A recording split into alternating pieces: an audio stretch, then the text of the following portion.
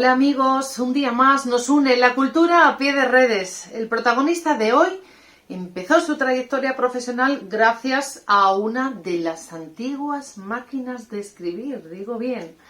Cuenta que de alguna manera se convirtió en el secretario de su padre. Después nos detallará esta cuestión y otras tantas, como que el fútbol le hacía estar en tensión y que los movimientos sociales echaron raíces en su camino laboral. Él es Antonio Navajas, es actualmente profesional de la gestión cultural de Andalucía en Málaga y hoy nos dedica su tiempo. Bienvenidos y muchísimas gracias, Antonio. Pues muchas gracias a vosotros por querer contar conmigo en este canal. No sé si empezar por el fútbol, por la máquina de escribir o por el toro mecánico. Bueno, te voy a dar a elegir, o mejor, cuéntanos brevemente cómo estos hechos aparecieron en tu vida y sobre todo cómo abrieron las puertas a la determinación laboral. El deporte siempre ha sido una pasión en mi vida, ¿no? Y sobre todo el fútbol, porque mi padre siempre ha estado metido en ambientes futboleros y tal, ¿no? La máquina de escribir porque aprovechó que estaba dando clases con 7, 8, 9 años para clase de mecanografía y aprovechaba para que hiciera la baja de los jugadores y de que yo con menos de 10 años ya hacía baja de jugadores y certificado de residencia. Mi padre ha sido durante muchos años policía local, ¿no? Y entonces pues él tiene un pequeño problema porque sabe escribir, ¿no? Lo que pasa es que no le gusta la estética de su letra y entonces pues me aprovechaba a mí para que yo escribiese y que le hiciese el trabajo desde pequeño y tal, ¿no? Y después pues el toro mecánico, pues, bueno, pues fue con 19 años, desde los 19 hasta los 24 años, donde pues estuve en el Tivoli World pues haciendo, me contrataron para los Oso Panda y al poco tiempo me ascendieron al toro mecánico. Y claro, yo por cuestiones, no, pues yo el toro no lo veía como una atracción, lo veía como una marioneta, ¿no? Y lo utilicé pues como marioneta. Entonces cada vez que se subía alguien allí, pues trataba de contar una historia, ¿no? con la persona, ¿no? Si me llegaba pues el típico chico pues que le sobra de todo, hasta mujeres, pues ese era cruelmente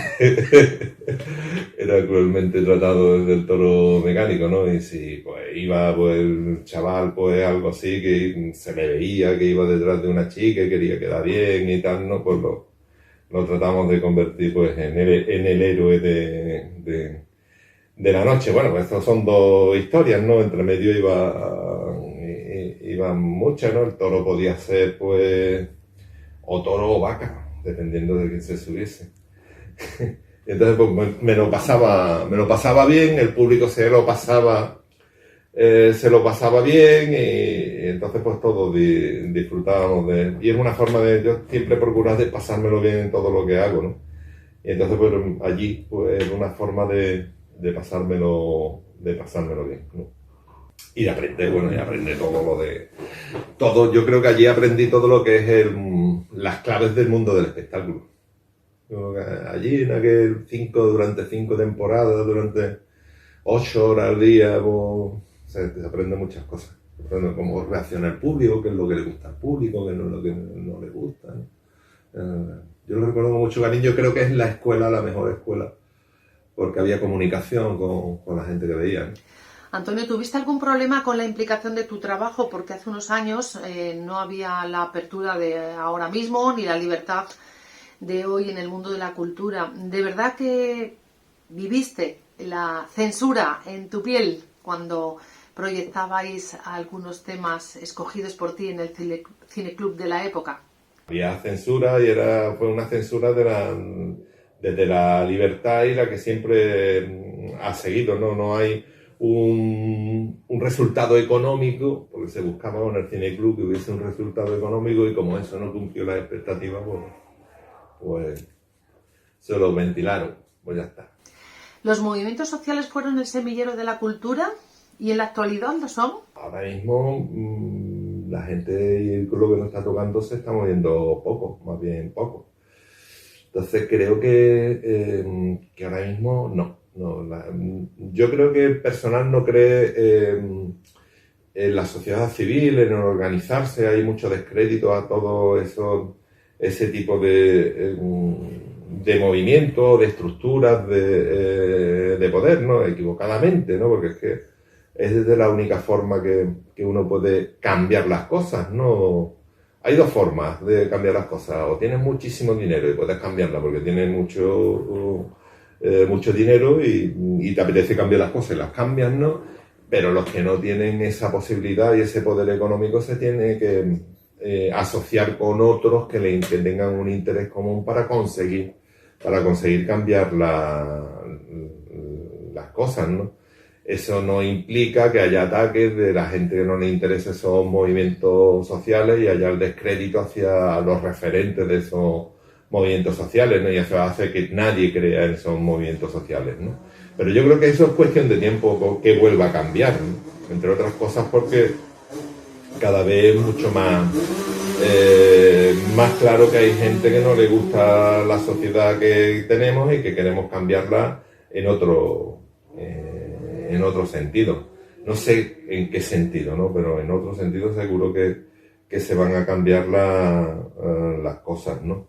Y que ahora mismo hay pocas asociaciones en Andalucía en concreto. La única asociación que tiene una presencia así en todas las regiones es la Asociación de Gestores Culturales de Andalucía. Después está la PAM de la danza, que es más débil, es más representación en Sevilla, ¿no? Y el mundo de la cultura ahí empieza a desaparecer, cuando en unos años atrás había pues representantes de las compañías de teatro, de tal, en fin.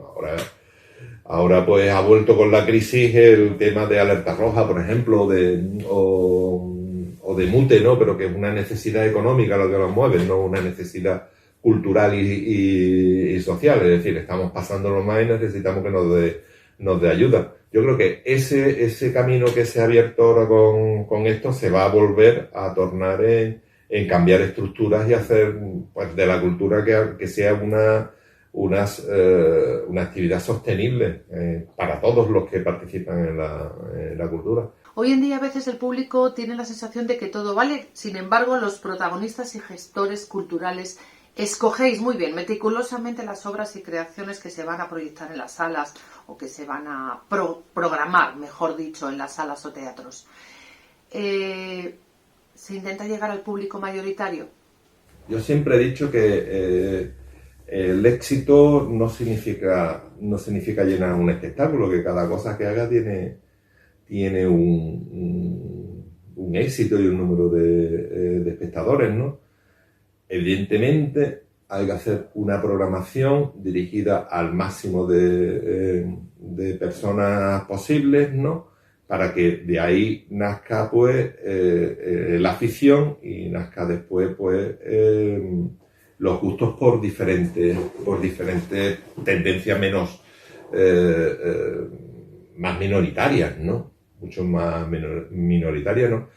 Pero dentro de la programación tiene que haber fundamentalmente de todo. Algo que vaya dirigido al gran público, al máximo, y después pues a otros que también vaya dirigido a públicos específicos y minoritarios, ¿no? Teniendo en cuenta que el minoritario va incluye su espectro y después pues le gusta consumir cosas excepcionales, ¿no? Que solamente se puede permitir pues después de haber visto muchas cosas, ¿no? Es decir, si uno tiene mucha hambre, yo siempre empleo el ejemplo gastronómico, ¿no? Si uno tiene mucha hambre, pues patatas fritas y huevo, pero cuando ya comes muchas patatas fritas y huevo quieres más variedad, ¿no? Vas buscando otro tipo de sabores, ¿no? Entonces, pues el ir a la cultura es lo mismo, es decir, al principio tiene que haber algo que sea para todo el mundo, y después pues, uno va buscando, dependiendo cuando ya ha saciado eso, va buscando lo que más le vaya gustando, ¿no? Antonio, ¿cuál es el público que necesita más obras de teatro, más trabajo? ¿A quién hay que dedicar más tiempo en las producciones teatrales o de artes escénicas en general? Pues la infancia y la juventud, fundamentalmente. Hay un axioma en esto que es que en esta profesión es que la constancia es una virtud, ¿no? Tiene que ser uno muy constante haciendo las cosas. Pero el público que necesita más atención es el que se está formando. Los niños, las niñas y sobre todo el joven. ¿Por qué el joven a partir de los 12 años en adelante? Porque ahí es donde donde forma su personalidad y forma sus gustos. Y si dentro de esos gustos está pues las artes escénicas, el cine, la música, la danza y tal, ¿no? En un futuro pues será una persona que consuma y vaya, o sea, un espectador de las artes escénicas y un consumidor cultural o un participante en el mundo de la cultura. Por eso es tan importante hacer incidir en esas edades, ¿no? Porque te acostumbras y en el momento que te acostumbras aquí siempre empleo el símil del deporte, ¿no? Es decir, porque hay tanto... porque el fútbol es el deporte mayoritario aquí en España o el baloncesto en Estados Unidos, porque es muy accesible. Al ser muy accesible, lo normal es que haya muchos participantes. Al ser muchos participantes, pues se forma un negocio en torno a esto. Pues esto es igual, ¿no? Esto yo creo que, salvando la distancia y tal, ¿no? Mientras más acceso, más posibilidades tengan los chicos y las chicas de estar y de participar en actividades culturales y de ser sus protagonistas, pues evidentemente pues seguirán siendo, en el peor de los casos, seguirán siendo pues compradores de libros o espectadores, ¿no? Y en el mejor de los casos pues serán grandes escritores o grandes intérpretes. Educación, arte, cultura, ¿cómo se debería unificar objetivos de estos núcleos y cómo se está haciendo en la actualidad? Eso hay que regularizarlo de alguna forma, y eso a través de la ley de cultura, una ley de cultura andaluza donde sea una ley de consenso y que esté regulado, posibilidades de regular todo, ¿no? Dentro de las especialidades, pues por ejemplo de la compañía que ha abierto este canal, ¿no? Que es una compañía de danza, ¿no? Un bailarín no puede, excepcionalmente puede estar bailando hasta los 65 años, excepcionalmente, pero no es lo habitual, ¿no? No es lo habitual, ¿no? Lo más habitual es que los bailarines tengan lesiones, ¿no? Y entonces pues no lleguen a esa edad, ¿no? Entonces eso tiene que estar regulado dentro de la ley de alguna forma. Yo ahora mismo no sé qué decirte cómo, ¿no? Pero bueno, pues tal, ¿no? Después pues pasa a otro nivel, a otra historia, ¿no? Es como el mundo laboral, ¿no? ¿Qué es lo que vale? ¿Cuál es el caché de una compañía? Pues el caché de una compañía, pues sí, hay un convenio colectivo, pues todo el mundo sabe cuál puede ser el mínimo y el máximo pues depende de tu genialidad, porque no es lo mismo contar pues con unos intérpretes o con otros intérpretes de otro tipo, pero el mínimo sí, ¿no? Para que todo el mundo pueda entender qué es un caché y lo que es un caché y si es barato o es caro, ¿no? Eso todo nace a través de la regulación y de una ley que no solamente implique cultura, sino que implique educación, que implique a la ciencia, que implique tal, ¿no? Entonces, pues, la pregunta que me has planteado, que era un poco así como la alquimia, ¿no? De la piedra filosofal y tal, ¿no? Esta se basa en números, en pruebas y en tal. Que no es que no es la panacea, ¿no? Que cuando esté tendremos que seguir hablando. Evidentemente, aquí no se llega llegamos aquí y aquí está el paraíso. No, los paraísos no existen. Los paraísos no existen. Existe la vida y de cómo mejorar la vida constantemente y de encontrar el sistema más justo para todos. Más justo para todos. Y yo creo que el camino ahora mismo es eso, con una legislación laboral más parecida a Francia que a la que tenemos ahora mismo, ¿no? Es verdad que la cultura se ha visto muy afectada por la pandemia, por el COVID-19. Esta alerta roja de la cultura, ¿cómo lo estás viviendo? Yo razonablemente bien, ¿no? Porque decir bien es muy complicado, ¿no?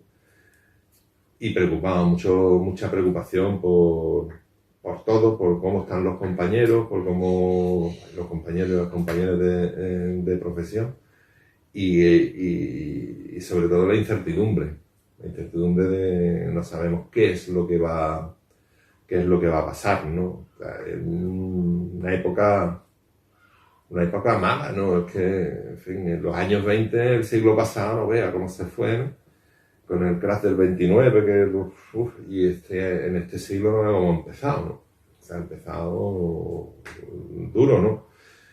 Y no sé, los años 20 del siglo pasado y los años 20 de este, ¿no? Yo es que también miro mucho el tema de los números y tal, ¿no? Y siempre el 20 ha dado mucho que hablar y marcan el siglo, el siglo, ¿no? Esperemos que esto hay que superarlo, ¿no? Hay que superarlo y ya está. A través de la incertidumbre, cuando llegue la vacuna, pues ya todo pasará, ¿no? Pero yo creo que nos queda un tiempo donde vamos a tener que tragar mucha saliva. Y salud para todo el mundo. Yo le deseo salud. Ahora el tesoro es tener salud, ¿no? Es otra cosa, ¿no?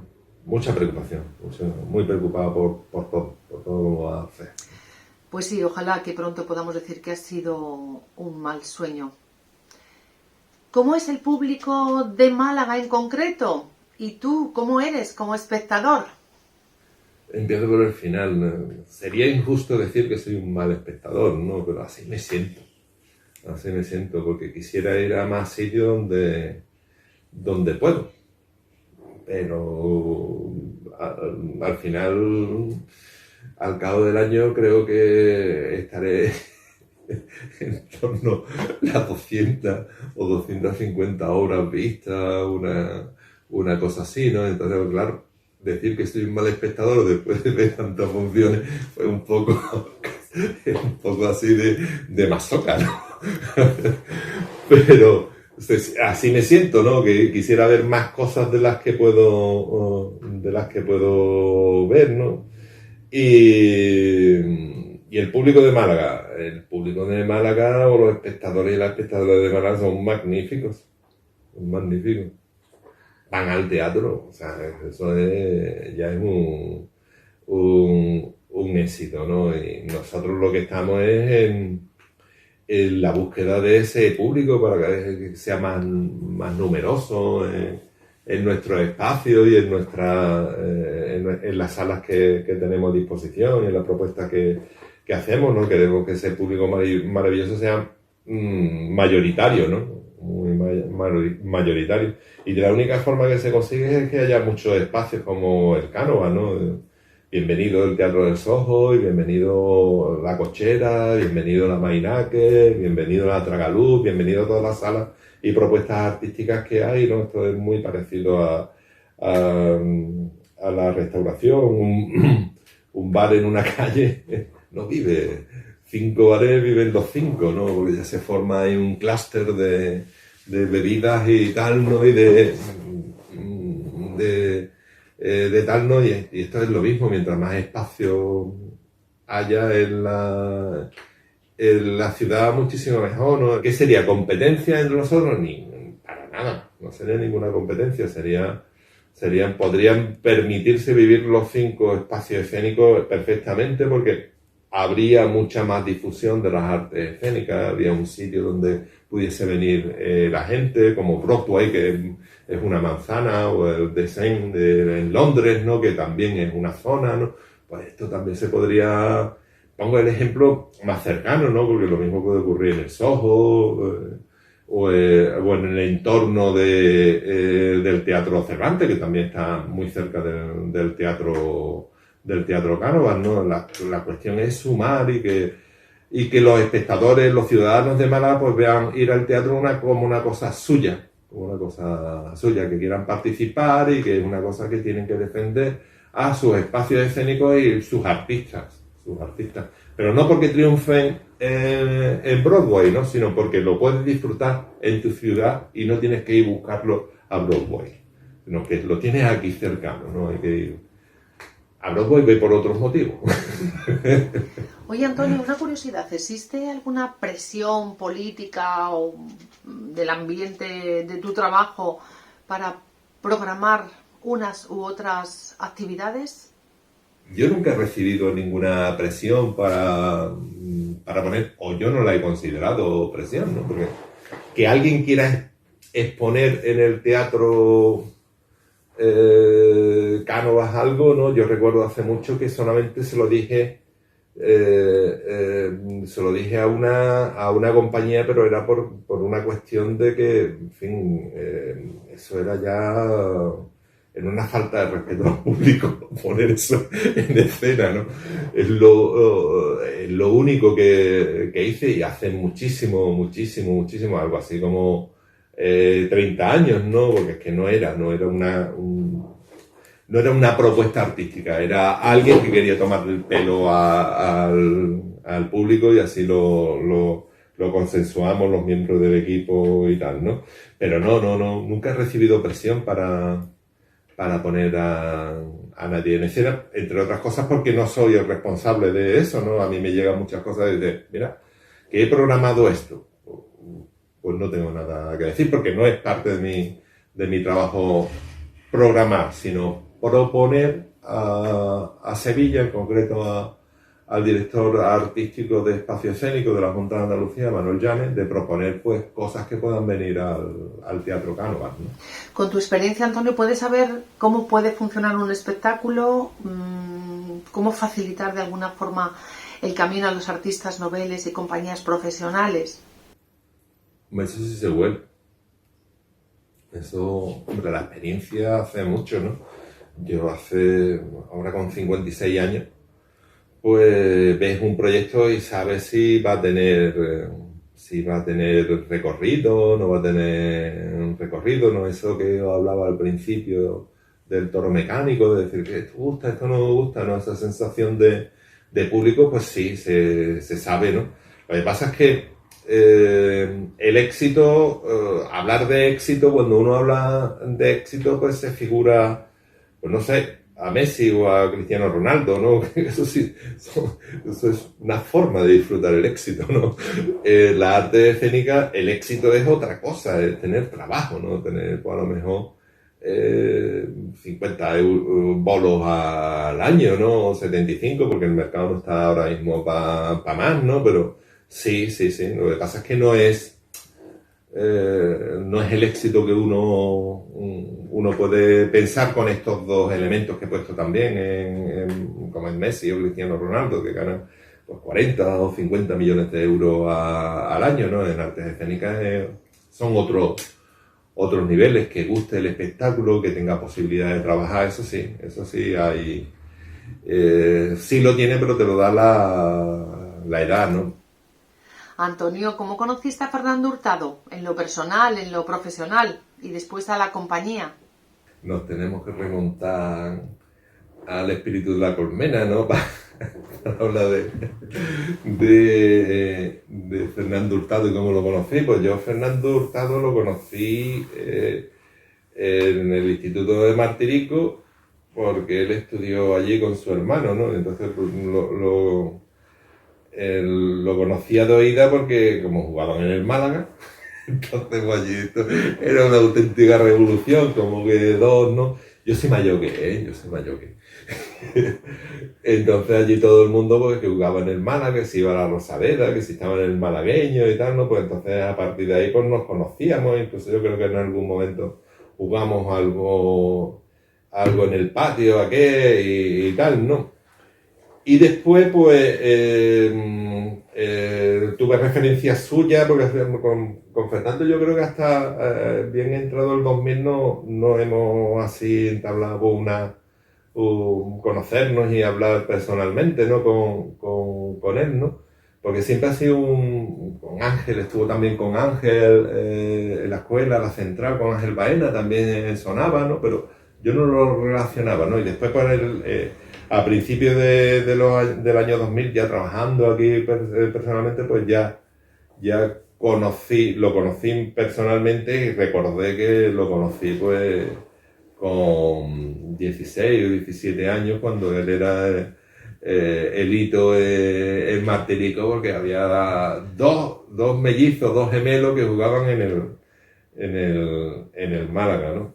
Y ya pues hasta ahora, también en Gijón, o sea, que ha sido una cosa de muy intermitente, muchos hitos, ¿no? Y tal, ¿no? Y después pues ya aquí en Málaga, yo creo que cuando conformó la compañía, ¿no? Y no fue aquí en Málaga, creo que fue en Sevilla donde nos vimos, en Gijón, en fin. De ahí viene la relación y el conocimiento con Fernando. Ha estado presente prácticamente como el espíritu de la colmena a lo largo de mi vida, ¿no? La única diferencia es que yo a Víctor Erice todavía no lo he conocido. A Fernando sí, y a su compañía. ¿Y qué mensaje darías a la compañía de danza Fernando Hurtado por sumar ya 20 años en movimiento? Ahí es nada. Hombre, en primer lugar, enhorabuena por cumplir 20 años. Después que hay que seguir resistiendo. Este es un trabajo de resistir y resistir. Que cuando yo cumplí 20 años también en otros sitios como compañía y tal, ¿no? Los 20 años son muy malos, son muy malos. Igual que los años 20, estos años 20 hemos estado hablando, ¿no? Y plantea muchas dudas, ¿qué hago? ¿Qué tal? ¿No? Y no hay que tener dudas, hay que seguir. Resiste. A Fernando Hurtado y a su compañera le digo que resista. Permanecer parado, nunca. Y hay que seguir proponiendo cosas, haciendo cosas y tal, ¿no? Porque en esto, cuando estás haciendo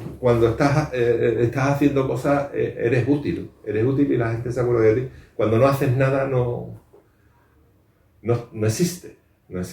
Entonces hay que estar, ¿no?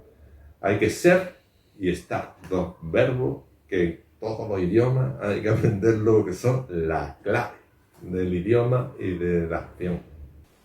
Pues me quedo con eso, que hay que seguir para ser y para estar. Antonio Navajas, muchísimas gracias por estar con nosotros. Un fuerte abrazo y hasta muy pronto. Por supuesto, ¡salud!